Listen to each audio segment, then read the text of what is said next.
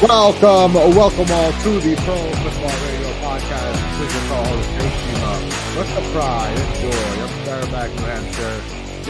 Puma, what's up, brother man? How are you today? Living the dream, dude. Survived the wedding I went to this weekend. Good times.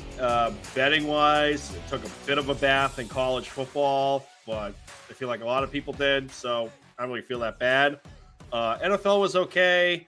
A lot of news to get into today. I mean, the Jets played last night, Monday Night Football, stank up the joint. So did the Bills too, but we'll get into that. But, a lot of news happened today, Jay. But before we get to that, how you doing? I'm good, man. I'm just wrapping up my week-long stint at work. I'm heading out to the Great Smoky Mountains National Park tomorrow. Nice. Putting everything into the camper van and then turning my phone off. I'm in the middle of the woods. Don't call me, all right? Mm-hmm. Looking forward to some nice relaxation time just with myself and my thoughts, and that's about it. It's gonna be nice. It's nice to get out there and just kind of just like decompress from everything, right? So I'm super excited about it. Yes, sir. All right. And our boy, imposing Chris, is already getting it on the, going to the going right to the A block. Love it. I like it. Love I it. like it. Well, right, without further ado. Yeah. So last night, right, Monday Night Football, the Jets lose. So funny what the Jets do now, right? Now they lost last week. Let's go ahead and distract everybody by firing Robert Saleh, right?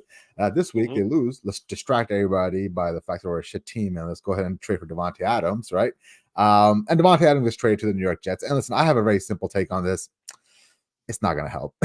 It's not going to help. This is desperation at its finest. This is the last desperate move a team makes before the locker room unravels. You know what I'm saying? So, the simple question I'm going to ask you, Puma, is: do you think that the Jets were a Super Bowl winning team last night? Absolutely not. Okay. Because look at what my second question to that is one player gonna change that thought process for you?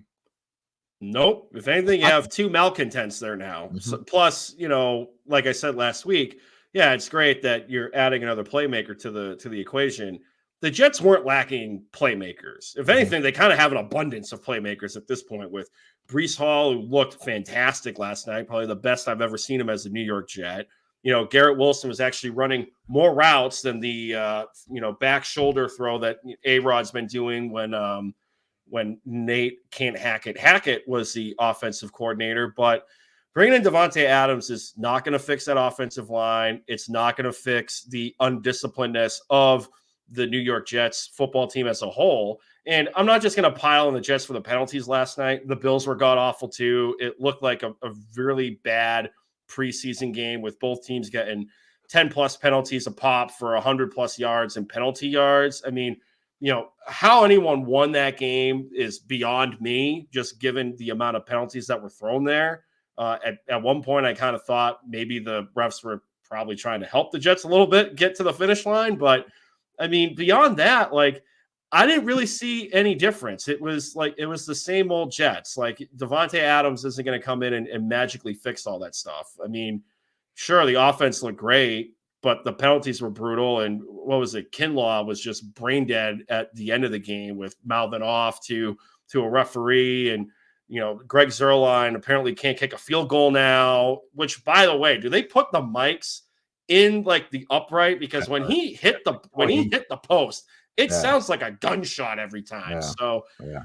I mean, yeah, Chris, to your point, did they look great? Yes. But no, absolutely not. No, 100%. I mean, I'll say this. The offensively, until what's his nuts, A-Rod threw Mike Williams head first in the Greyhound, didn't help anything. But, I mean, from an offensive schematic looking team, they definitely look light years better compared to the previous week. So I'll meet Chris halfway there. But they scored 20 points. What are we talking about? The bar is so low for this trash bag franchise and this trash bag, this trash bag, quarterback. They're dude, like you scored 20 points and people are like, oh yeah, it looks great. This is the modern day NFL. Like you're just supposed to roll out of bed and get 27 points. I mean, that's just what it is in today's day and age. Like everything is built around an elite quarterback being able to go out there, throw for 300 yards easily, 2 touchdowns, and then 24 to 27 points. And they scored 20 freaking points. Like, do you understand that through what is it, 6 games last year, they were 3-3, scored more points with Zach Wilson.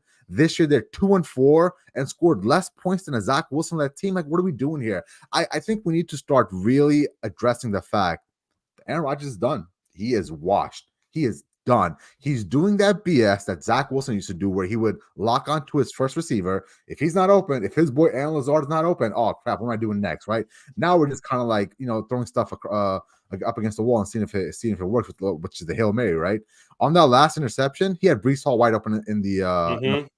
If he would have ran through his progression and he saw Aaron Lazard wasn't open, he saw Mike Williams completely botched up that route. Okay, let's go out on a check down. Let's go ahead and take it. Let's go ahead and take it for 15 yards for a first down.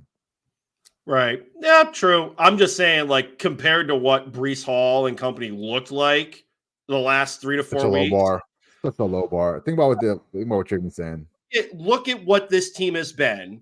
I mean, even with Zach Wilson, they looked incompetent on offense. They looked incompetent up until last night. Yeah, the bar is so low, but I mean, name another game where Breece Hall looked that great, either running between the tackles or catching the ball out of the backfield. Like, he's going to have to be the guy to take the heat off of A-Rod, because like the Hail Mary looked great, but beyond that, like, there really wasn't a whole lot there. Okay. And finally got some wiggle. So you just said it, right? So last night, Breece Hall took some heat off of Aaron Rodgers, right? Mm-hmm. How did Aaron Rodgers look?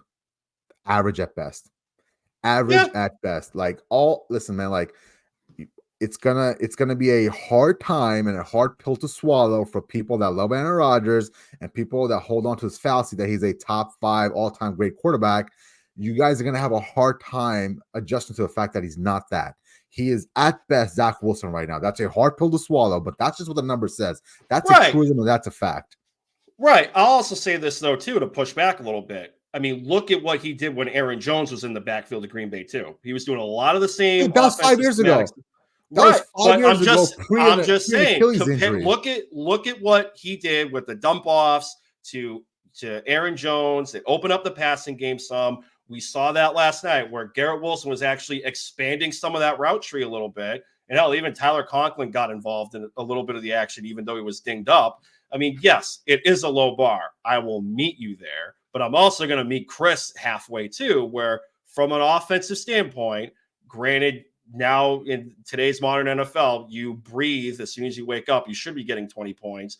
But considering how god-awful this team looked going into last night, this is air quote, a step forward on the offensive side of the football. I just think that's a little bit of a misleading statement, because like that Aaron Jones comparison you just made was 5 years ago. It was pre-Achilles. It was with a competent offensive coordinator in Matt LaFleur. It was within a competent franchise in the Green Bay Packers. You're doing all this now when he's 40. He looks like he can't move anymore. Looks like he's gimpy every single week. Looks like he's just thrown to his favorite receivers in a crap bag organization that has no like moving forward like direction. So like I get it. I get what you're trying to do, man. But like, it's not going to work. Like Davante Adams going to come in there. They're going to have some nice highlights. Oh, here's a 40-yard bomb. Looks great for once a game. And they're going to lose by 24. Oh yeah. Don't get it twisted. Don't get it twisted. I'm not saying Davante Adams is going to come in there and all of a sudden they're going to be a 10-win team and they're going to punch the ticket as a wild card team. Like I said at the top, him coming in is not going to fix that offensive line. It is not going to clean up the lack of discipline on that team on both sides of the football. It's not going to fix Greg the Leg Zuerlein making field goals. I don't care if there's wind or not.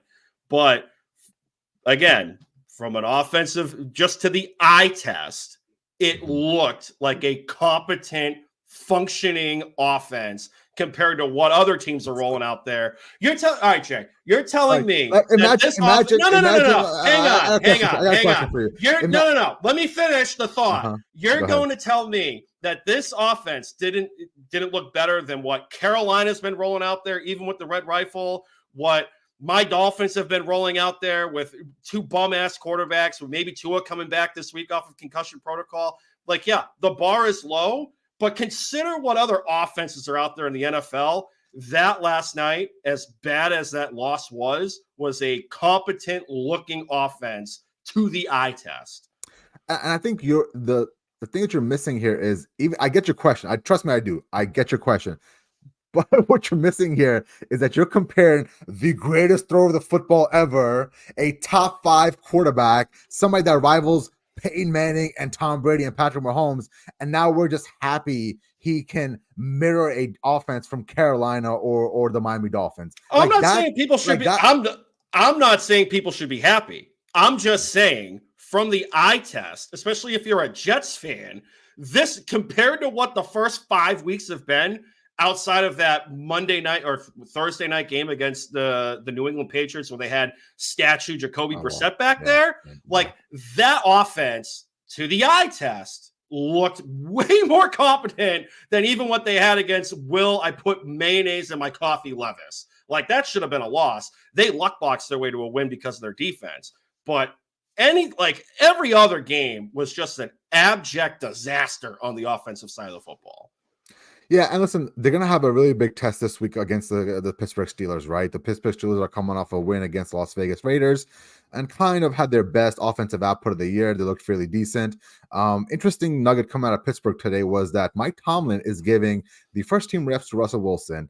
And I have so many problems with this, right? And we'll get to the Jets-Steelers preview here in a second, but what the hell is Mike Tomlin thinking? Like, your team is 4-2. You're rolling, right? By all accounts. I get it. Justin Fields isn't lighting up the stat board. He's not looking like an elite quarterback, but your team is winning. You're 4-2, and you just had your highest output of offense this past week against the Raiders, and now you want to pull Russell Wilson.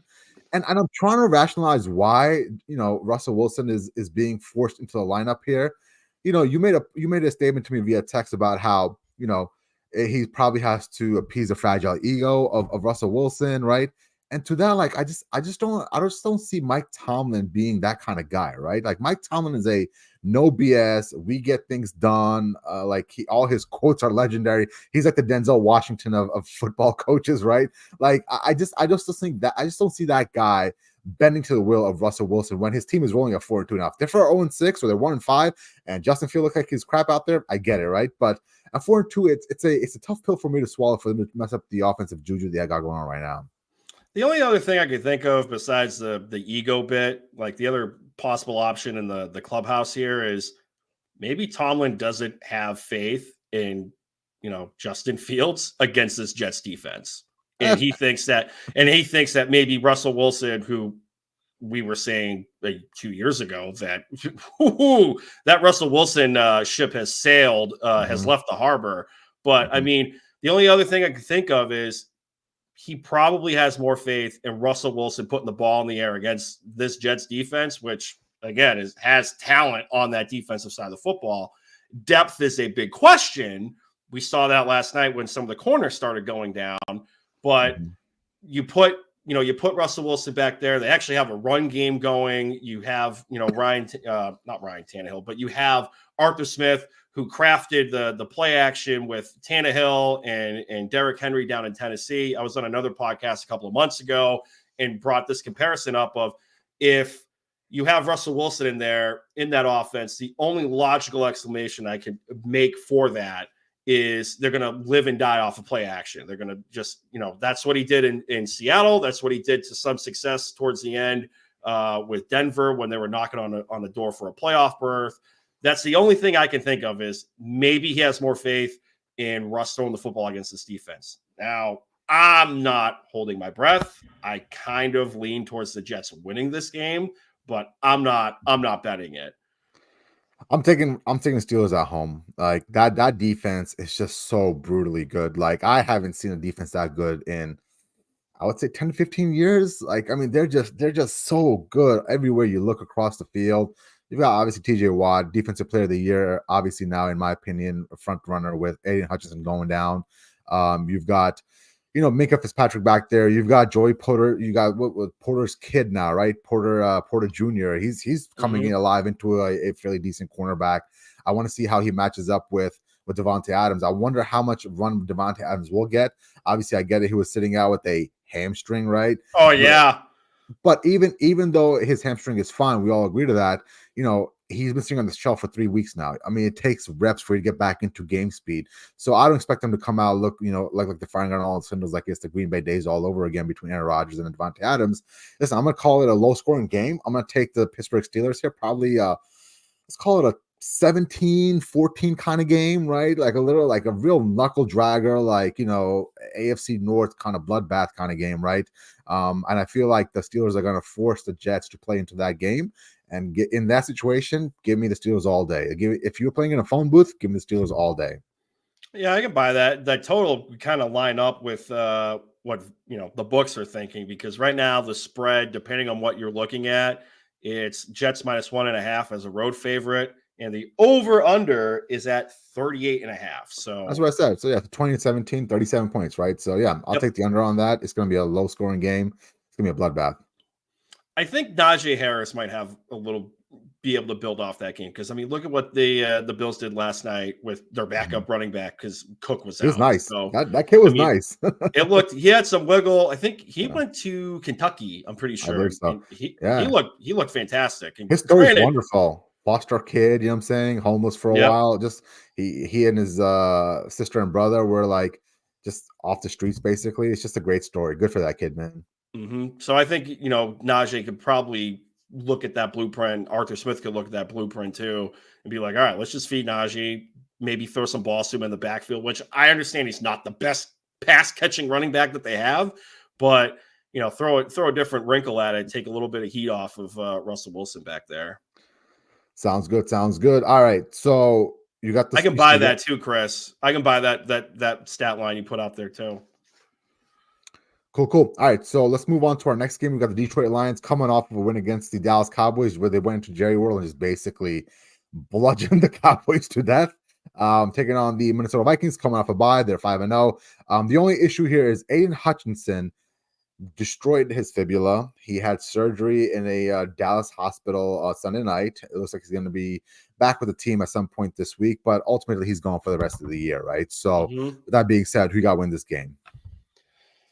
I'm gonna go with the Vikings here. I love what this team's doing. Right now they're a 2.5-point home favorite. Over under is 49.5. But I gotta go. I'll go with the Vikings here at this point. I think it's probably going to be a high scoring game too, indoors on the turf. It's just the defense was good for Detroit. The secondary kind of gave me pause a little bit from time to time, but now that Aiden Hutchinson is out for the rest of the year with that horrible leg injury. I didn't see the replay. I have no desire to see the replay. In my mind's eye, I have an idea of what it looked like, but I like what this offense has been doing under Kevin O'Connell with Sam Darnold, and hell, even like they just traded for Cam Akers to come back into the fold. He's familiar with that offense as well too. No disrespect to the Detroit Lions here, but an NFC North clash, I should say. I like the Vikings at home. I think Darnold's going to have a big game. I think Justin Jefferson's going to have a big game. So I'll lay the short number with the Minnesota Vikings at home. And Chris makes a good point here, right? At some point, the Vikings are gonna lose a game, right? And I think at some point, call me a hater, at some point, Sam Darnold is gonna turn back into pumpkin watch. Like he's gonna turn back into pumpkin mode, Sam Darnold, right? And my buddy Aaron, the Vikings fan, is not gonna be happy with me on this take, but I'll take the Lions here because I don't see this being a sustainable way of winning when Sam Darnold's out there slinging. And listen, maybe I might be wrong. We're 17 games down the road and Sam Darnold's the next coming of Joe Montana, whatever, right? But at this moment, I have him on pumpkin mode, and like you can see little bits and pieces. He didn't play the best the last couple of weeks, against the Jets. That was more about Aaron Rodgers imploding and giving you 3 turnovers, right? Than more than anything else. But keep an eye out for Sam Darnold turning back into a pumpkin, and I'm here for it. I can't wait. I love it. I love it when people get like 6 good games and then all of a sudden, Sam Darnold's turned a corner. Like, can you believe Geno Smith is great now? Have you seen what Geno Smith's been doing the last 4 or 5 weeks? Like, he's back into pumpkin mode as well. Like, I just love it when we decide that 7 years worth of data points is not enough But these past 4 games, yes, I mean that's Sam Darnold, the next Joe Montana. Let's go. Like, what the fuck y'all talking about? Like, come on, dude. Oh my That's god. fucking morons. Let's go. So if they win, Mhm. they win this week. Let's hypothetically, if they win, Darnold has a good game. What else do you need to see? Oh no, it doesn't matter what happens in the It's regular not a season. matter of if, Get it's to the when. playoffs. In your eyes, In my opinion, it's a matter of at what time is going to happen. Is it going to happen now, or is it going to happen in the first round of the playoffs? Right? Like, I will give him props when he gets to the playoffs, wins a game, and looks good doing it. I'm not talking he gets there, hands the ball off, 25 times like Jimmy Garoppolo did with the Samson 49ers and throws for 4 yards. No, I'm not talking about that. I'm talking about you get to the playoffs, you throw at least 250 plus yards, 3 touchdowns, 2 touchdowns, whatever it is, and you look confident doing it, right? So that's the only time I'm going to budge on my Sam Darnold is a pumpkin take. okay. All right. Well, to each their own. We got a little showdown here. Let's go. All right. Last big topic of the day. We've got so much trades happening today. The Amari Cooper trade to the Buffalo Bills happened this afternoon. I know the Buffalo Bills were kind of semi in that Davante Adams sweepstakes as well. Right now, as you're looking at it, the Buffalo Bills don't have a wide receiver that can really separate, right? You're starting to see some of the deficiencies kind of creep up in their weapons department. You got Matt Collins, you got Khalil Shakir, you got Keon Coleman, Keon Coleman has been hit and miss body, but I think bringing Amari Cooper in really helps develop Keon Coleman, right? You push Amari Cooper to the one, Keon Coleman gets less double teams, gets more open routes. You're going to start seeing Keon Coleman really come alive. And I really love this trade. I love this trade for the fact that the Bills didn't give up much in regards to draft. I mean, it was basically a swap of picks in between a couple of rounds. And then on top of that, the salary was not that bad either, right? So it's one of those trades where they came out ahead, in my opinion. And, I think this is going to be a good move for the Buffalo Bills, simply put, man. And I think looking around, I think the Bills at one point were like, okay, this is going to be a rebuilding year. We got to dump a bunch of salary. We got to make sure we get the team ready for the future builds, right? But they looked around and said, wait a minute, the Patriots suck, the Dolphins suck, the Jets suck. Let's go all in, man. Let's maybe go ahead and take a hard pivot here and let's see if we can do something this year, Oh, 100%. I mean, the AFC East is so freaking weak right now. And I mean, just look at the box score last night. Now, granted, take it with a big old grain of salt because of how many penalties there were. But when Ray Davis, the backup running back, is also leading the team in receiving yards, that should probably tell you everything you need to know about that wide receiver core. And granted, we've been on here banging the table the last couple of weeks saying the offense has looked more competent, more cohesive now that they're not just trying to force feed targets to Stephon Diggs anymore. I think, Cooper is going to see an uptick in targets. I don't think it's going to be to the extent of, we have to throw it his way a la Stephon Diggs status to make sure he's a happy camper. But it's definitely going to open up the offense some. So I don't mind the move. The Browns, they front loaded that contract this offseason to give him more guaranteed cash. So I think the Browns are on the hook for most of that contract in this trade. But yeah, I mean, for, a pick swap and some other nonsense, like, why not make this move? Yes, I like it. Hey, last thing I want to ask you before we head out is what's your take on your Miami Dolphins? I know Tua's coming back. Well, they say he's coming back some point this year, Allegedly. right? So what's the deal with that? What's going on with Miami? You guys were on a bye last week, so everything kind of got buried in the bye week. I mean, kind of just waiting and seeing, like, are they going to activate him off of IR? I think he's eligible to come off it either this week or next week. Once they activate him, they have 21 days to put him on the active roster, before they have to either keep him on there or he's just shut down for the rest of the year. I think he'll be back. We'll probably see him in 2 or 3 weeks. Again, the AFC East is so watered down and weak right now. I mean, this game against the Indianapolis Colts is not the easiest of things, but at the same time, like, they might have a puncher's chance. Like, things are going to have to fall their way and luck box their way. I think he'll be back. To me, this is essentially a lost season at this point, even with how weak that division is. I never thought I'd say this. I'm kind of just moving on to seeing what we're going to do in the draft. But So that's kind of where point? I'm at. Are we at that point now where Dolphins got to eat this contract and basically go in the draft and get a quarterback? Well, I have to look at the contract. I feel like there's some language in there given to his injury history. And plus, they have insurance policies out there nowadays that could cover a large contract like this due to injury. So it's going to suck. Like they'd probably have to eat some of that. But I mean, at this point, I like Tua. He's a great guy. Never thought I'd say that compared to when he first got drafted to the Dolphins. But, bad run of luck here. Granted, I still don't know why he lowered his head, but it is what it is. But I mean, at this point, you had Mike White in the building as a competent backup. Skylar Thompson, granted, hasn't played a whole lot of snaps, but he did enough in the playoffs to kind of keep you afloat in that game against Buffalo. They almost won. But I mean, he's just not there. Tim Boyle is not it. And, Snoop Huntley, maybe he'll have a little bit more wiggle, another week in this offense, plus the bye week from last week. But I mean, nothing here inspires a whole lot of confidence. Mostert's been dinged up. Like, is he going to come back? Maybe he'll be back for this game, but who knows?